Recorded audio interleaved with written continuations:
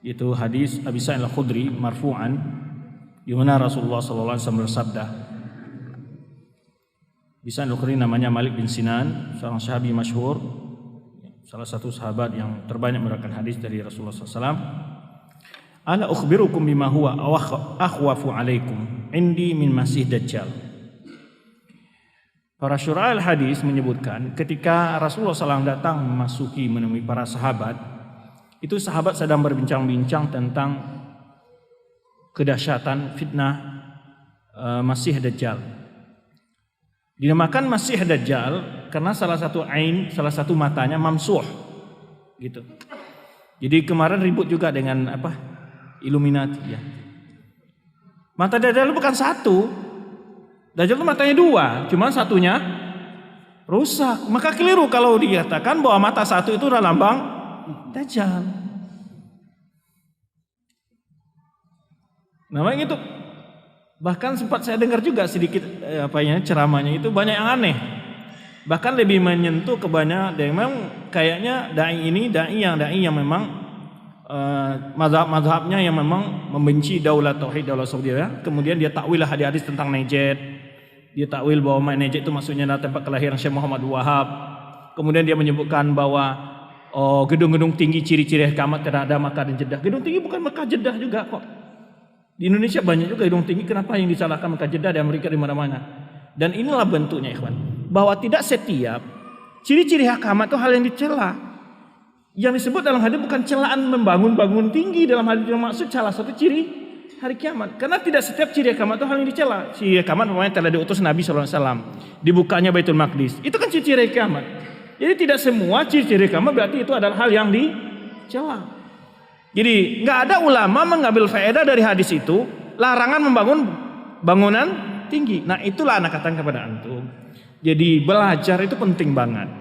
Kalau tidak belajar akan banyak yang lahir kesimpulan-kesimpulan yang ngawur gitulah. Itu yang anak katakan kepada antum. Ya, tidak ada satupun ulama yang mengatakan Najd itu adalah Najd dimaksud dalam Najd itu adalah Najd dalam bahasa yang ada sekarang itu Najdnya Saudi Arabia. Najd ini dimaksud oleh ulama lughat di situ semua harus halim mengatakan adalah Baghdad, Irak. Dan disitulah keluarnya Dajjal, disitulah fitnah. Nah, karena saya menyebut Dajjal ini, kemana Dajjal itu mengendar keluar dari daerah Irak nanti akan diikuti oleh 70.000 Yahudi Asfahan. Itu ada Yahudi sekarang di Iran itu, negeri Asfahan.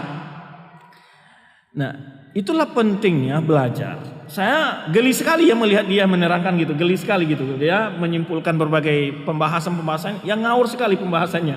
Maka sempat saya komentari sedikit di di IG saya ya, saya komentar sedikit tentang hal itu. Betapa kelucuan dia. Ya, maka sebelum menjelaskan sesuatu hendaknya dilengkapi dulu penjelasan itu dari penjelasan ulama gitu loh. Apa penjelasan maksud dari hadis ini supaya tidak aneh-aneh lahir gitu loh. Sehingga setiap yang segitiga atau mata satu itu lambang Dajjal. Enggak. Dajjal itu dalam hadis sebutkan dia punya dua mata, salah satu matanya celek atau mamsuh gitu. Nah. Tapi berbeda lagi masalah lambang-lambang kekhususan orang kafir itu beda lagi ya. Ini yang saya kritik adalah hukum mengidentikan kalau mata satu adalah Dajjal itu keliru. Tapi apa hukumnya? Suatu lambang, suatu istilahnya atau lambang lah ya, yang dimiliki oleh organisasi tertentu dan itu berpaham kiri ataupun berakidah batil, memang itu larangannya nanti dipakai hadis man tasyabaha biqaumin fahuwa minhum. Tapi itu tidak setiap yang itu menjadi hal yang segitiga lalu ditafsirkan ke lambang situ. Ini repot juga kita ntar. Kalau ada pelajaran di SD di lupi dulu, pelajar nggak antum ya, pernah lupi, 2 lupi ditambah 1 lupi sama berapa lupi, itu lupinya segitiga bukan? Jangan-jangan protes juga gurunya, murid-muridnya, pasti kata ustaz saya ini Illuminati ini. Enggak. Maka perlu kita jelaskan dengan ilmu rinci. Jangan tergesa-gesa. Jelaskan permasalahannya apa yang intinya. Nah, itulah pentingnya mendasarkan ilmu lebih dahulu. Permasalahannya apa? Ya. Kalau tidak, kita hanya semangat menyalahkan tapi tidak tahu di mana sisi salahnya ntar. Ya gitu.